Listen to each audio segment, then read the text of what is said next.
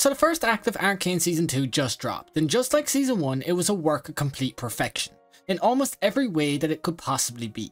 It had beautiful moments between Fi and Caitlyn, along with some straight up amazing fight scenes involving some funny and amazing, almost toon-like animation between Safika and Jinx. It had character-defining moments like we seen in Season 1, and the development of new characters again like Season 1. And also had some new incredible music and sound effects that were never even in Season 1. It had so many amazing moments and situations that honestly just blew my mind. And with this new season release, I plan to talk about and gush over almost everything that I've seen in just today's episodes alone. Now I will be doing this over the next couple of days, all the way up until when the next act finally drops on Netflix. And today is just the first of the many videos that I plan to make. This video today is actually just on something that completely blew my mind when watching Arcane Season 2. And that is the first 2 minutes of the first episode in Season 2. It completely captured me in a way that I've never been captured before. Or I guess you could say it recaptured me in a way I've never been recaptured before. It threw me straight back into the story that I pretty much had forgotten over the last 2 years. And almost reacquainted me with sensations and depths and of characters that I had forgotten about over the last 2 years. It did this in the first 2 minutes of the first episode. But how did it do this?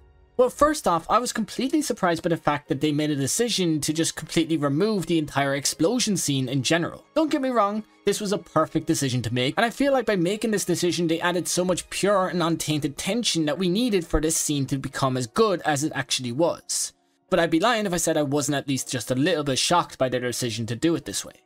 Now immediately it places us on the ground next to Jace. It does this to deliberately keep us from seeing absolutely anything around us. This works to build tension and expectation from us, the viewers. We know immediately that someone has died in this explosion, but we don't know who and how many that might have been. We don't really know anything at all in this moment. We just know that Jace and Mel have managed to survive.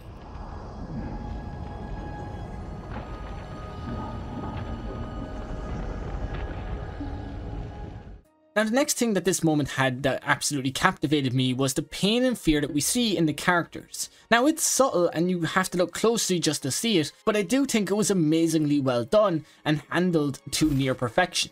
And then with the near deathlessness that we are brought to, it almost connects us with the explosion itself.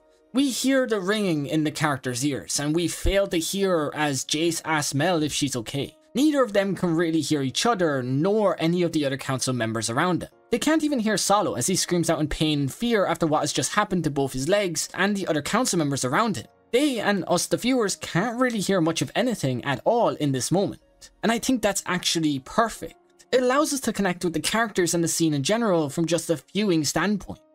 But now what is Arcane really doing to us the viewers in this moment to make it so good? Well, it's removing a number of our senses. We can't hear, we can't speak, and we can't see everything in its entirety. It's essentially placed us in the same situation that the council members find themselves in at this very second. Now when we do finally get to see what is actually going on around us, it's nothing good. We see the enforcers arrive to help, but we also see that they appear to be lost, not even knowing where they can begin to help. We then see Shula completely shaken up and damaged by the attack. We see a shocked Jace as he realizes both council members, Hostel and Bulbuck, are dead. We see absolute pain, fear and death in its purest form. And as we're all aware, these are the three main horrors that we as humans face every single day of our lives. And Arcane has used this to fuel our immersion into this situation. But even aside from all of this, we wouldn't become fully immersed in the situation until we see a panicked and scared Jace run over to a dead Cassandra Karaman.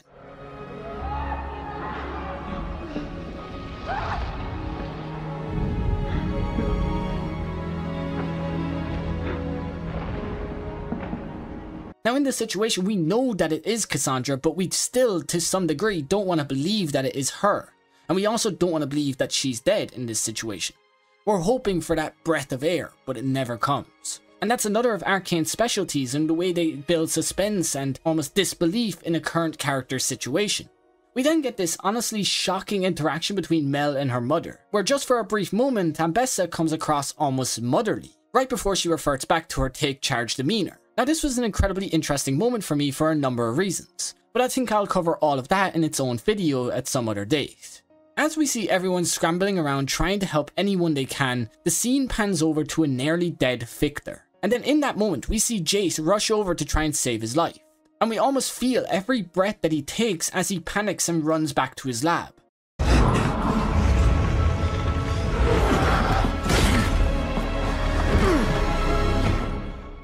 But it doesn't stop there, because as he's searching everywhere for something, anything that he can use to save his friend, he reluctantly lands, or almost gets called out to, by the only option left to him in that moment.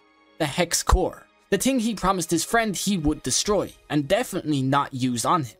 As he sees the reaction between the Hex Core and Victor, Jace knows that this is the only chance Victor has to live. So he does the thing Victor would never want him to do. He implants the core into Victor, and at that moment, we see the scene fade to white. This of course was just the starting 2 minutes of episode 1 of season 2, and honestly it did everything and more than anyone could have ever asked for a beginning of a season 2. It completely captivated or recaptivated us and transported us back into the world itself. And what's more is the episode didn't just stop there. The entire episode was filled with these deep, emotional and violent moments that were absolutely beautiful and masterfully created. It was from start to finish, complete perfection. And like I said, I do plan to cover most if not all of the entire act itself over the next coming days. This was just the first 2 minutes that absolutely captivated me and made me want to speak out in length on what we actually saw. So if you think I won't be talking more about this series, then you have another thing coming. It's absolutely amazing, and I've completed all 3 episodes and plan to do it again just after this video is uploaded. But now with all of that said, I ask all of you, what are all your thoughts on the new season of Arcane? Are you like me and completely captivated by this opening scene, or did you not really like it at all? Tell me any of your thoughts about the Arcane Season 2 down below in the comments, as I'm really interested to get your thoughts on the current situations and character developments. But for now, with all of that said and out of the way, have a great day or night wherever you are, and peace.